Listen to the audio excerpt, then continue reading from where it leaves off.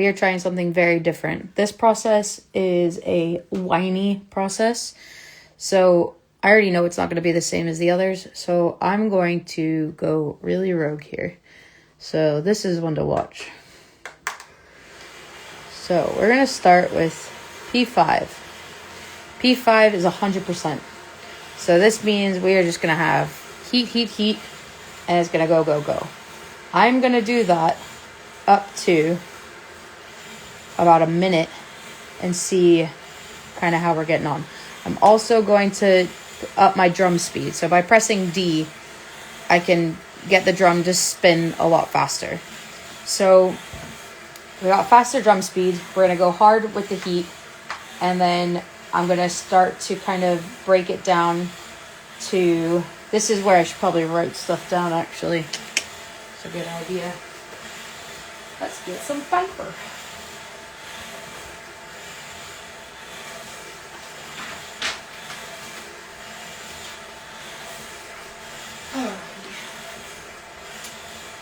Right, so P5, 100%.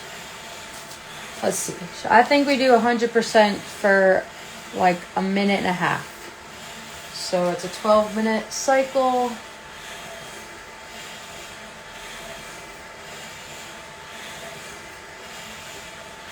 Right. So when it hits 10 minutes 30, I'm going to then drop it down to P4, which is going to take us to a 75%. So we're going to 75% now, which a little bit less heat, but still quite a bit. I've still got my drum speed out as fast as it can go. We have two options, slow or fast. Well, not fast, like faster. Drum speed, B, fast. 10 minutes 30, we went to 75%, which is P4.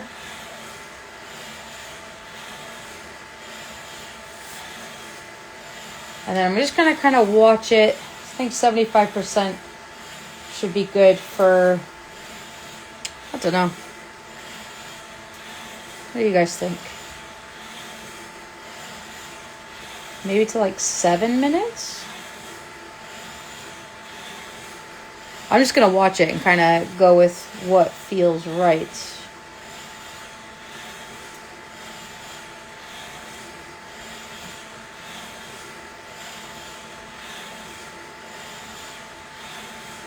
You start to get the Maillard changes. That's when your green coffee starts to go and change color. So you go from that, you know, really green color to then it starts to get a bit of a yellowish honey processy look to it. Not honey process, but honey, you know what I'm trying to say. Like a golden honey color. I think once we get to that color, that's when I'm going to switch it to 50%, which is P3. Kind of hard to see through here, so it's okay to open it up a little bit. Have a little look. Not quite there yet.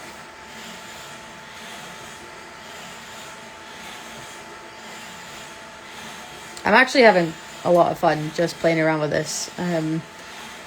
If you're like just into coffee, but you don't, you know, you're not sure if you want to take it seriously or not, but this is kind of something MacGyver-y you're into, I think this is a really fun toy. I feel like my father-in-law would enjoy this quite a bit. It's not that expensive either. I think that's the part that really surprises me. Still not at that Maillard color yet, so I'm going to hold off. We're at 7 minutes and 54, so...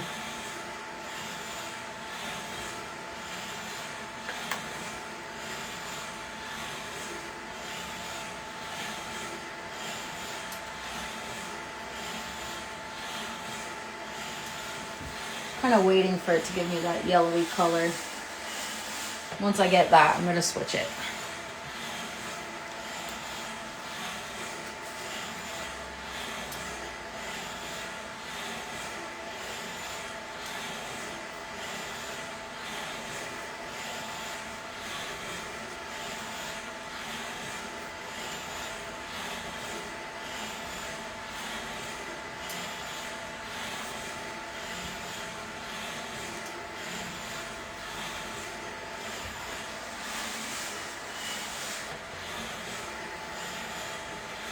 I think maybe I should have gone a little longer on the P5, but I don't want to go too hard too fast.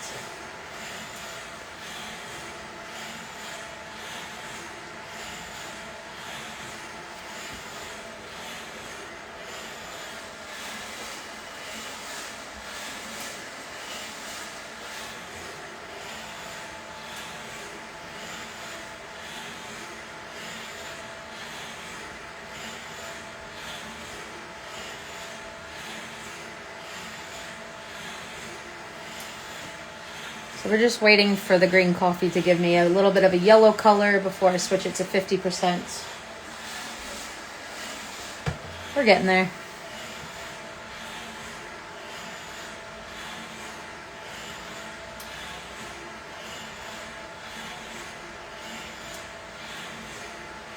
I understand this isn't the most entertaining thing to watch, but this is more for my documentation, and if anyone wanted to see it as well. All right, we're starting to get into the yellow color, so I think at 5 minutes 30, I'm gonna just switch into 50%, which is P3. All right, so 5 minutes 30, we're going to P3.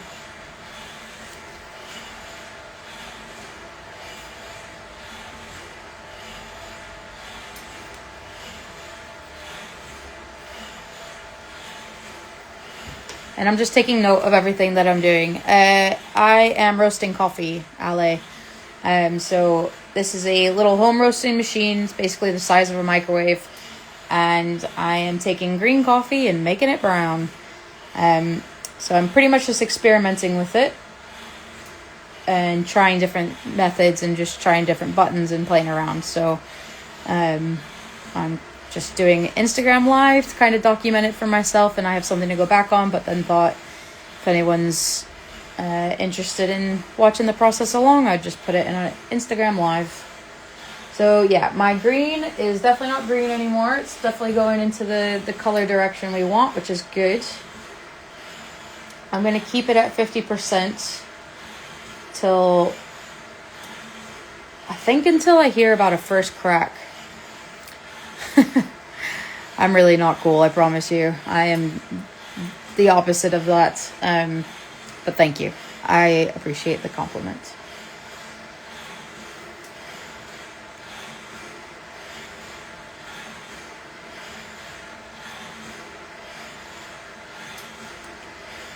For anyone who's joining in, we are in the 50% stage of our roasting. This is a winey process from Guatemala that I really don't know anything about. So I am just kind of playing around with the roaster a little bit more because I don't think the consistency of what I was doing before is even going to show through on this green coffee. Your dream is open a coffee shop, so you're in the coolest. Well, if you want to open a coffee shop, then please get in touch when the time comes, because I'd love to help and be part of that process with you. That'd be really cool, Ale. I had no idea that was part of your dream, so that's pretty sick. All right, we are starting to get a definite more brown color. I'm still not confident as dark as I want it to be, so we're going to keep it on P3 until I get to first crack. Okay, so now I need to press P3 again and start, otherwise it'll start to cool down. So it's going to give me another 3 minutes, and we're going to keep it at 50%.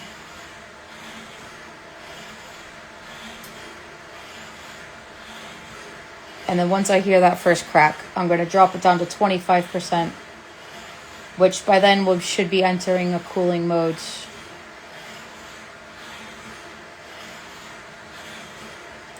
Now that I've read the manual a little bit, these make a lot more sense. So like, not a whole lot of heat, definite more heat, and it kind of gives you like a color scheme on the side to kind of give you an idea of where you're at. So it all kind of does make sense once you read it, but as I've mentioned, I'm not really read the manual kind of person. I'm very much a hands-on, figure it out myself kind of person.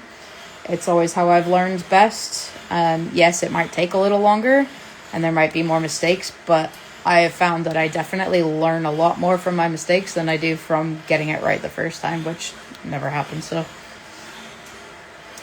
right.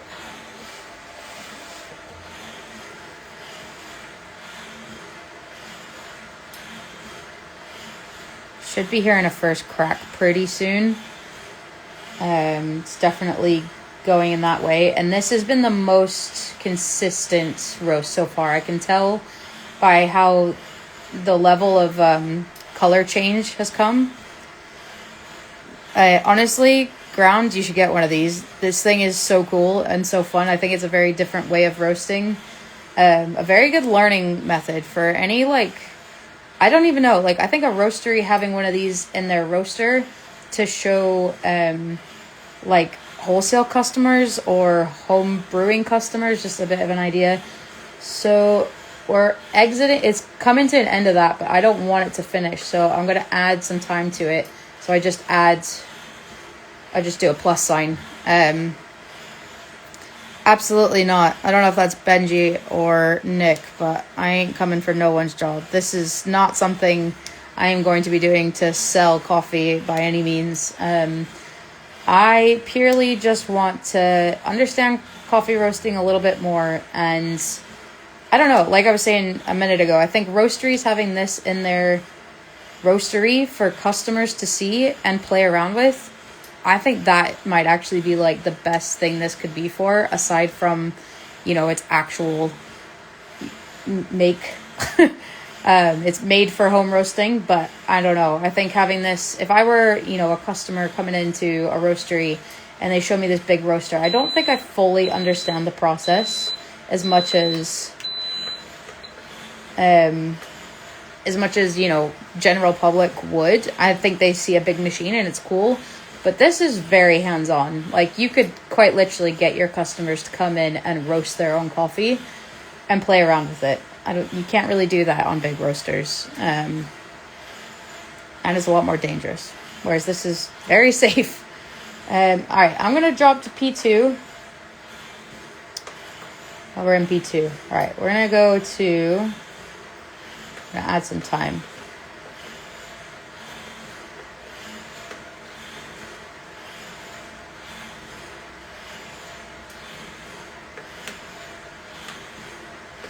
It's not letting me add time. So let's go to P1. Right. The process I wanted to do isn't really working the way I thought it would. This might be where I have to read the manual again. I'm still not hitting that first crack.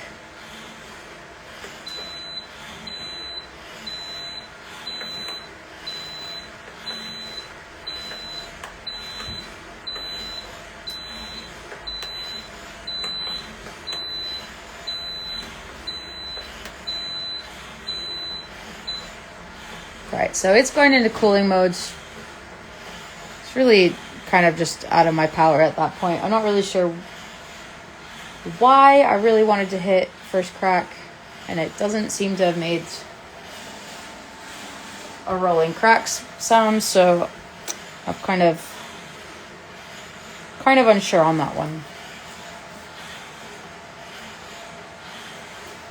I think in the future I need to actually add time before I start the roast. So I will jot that down in my notes.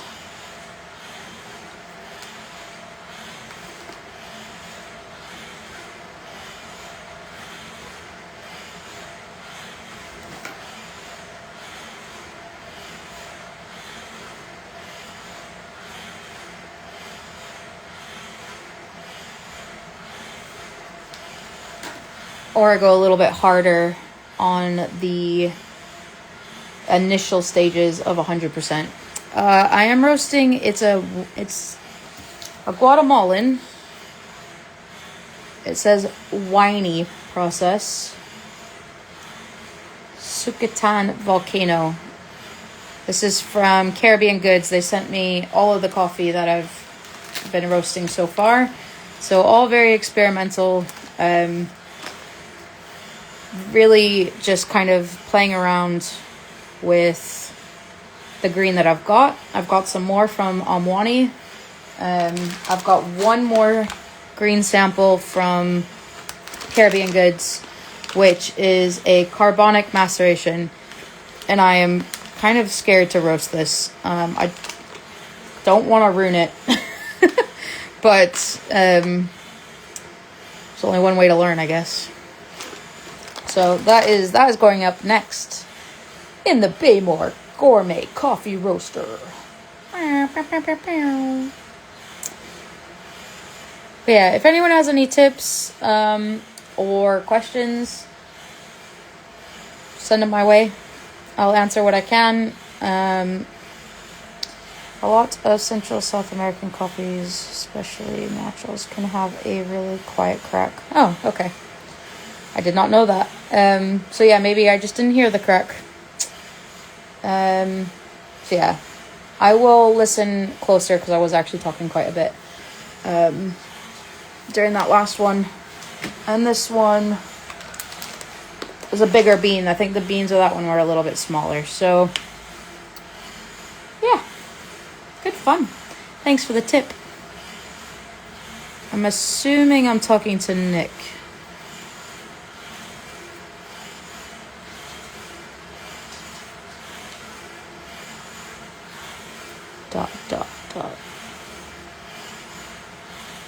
Confirmation unknown.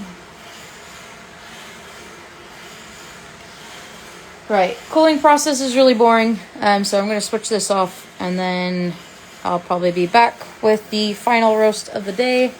And next week we will do a live cupping, so you can see what it tastes like. Well, you can't. I can. Hi, Nick. Yeah, so the cupping I think will be quite interesting. I am going to send a little bit to my pals at Moon Roast. Nick, if you guys want some, let me know. I'll send it that way as well. I don't have loads, obviously, but if you guys want to cup it just to see, I don't know. I'm curious on feedback just based off of experimental first time using, so I'll share what I can. And yeah, so that's me gonna close this off for now, and I'll be back for the final roast of the day. Goodbye.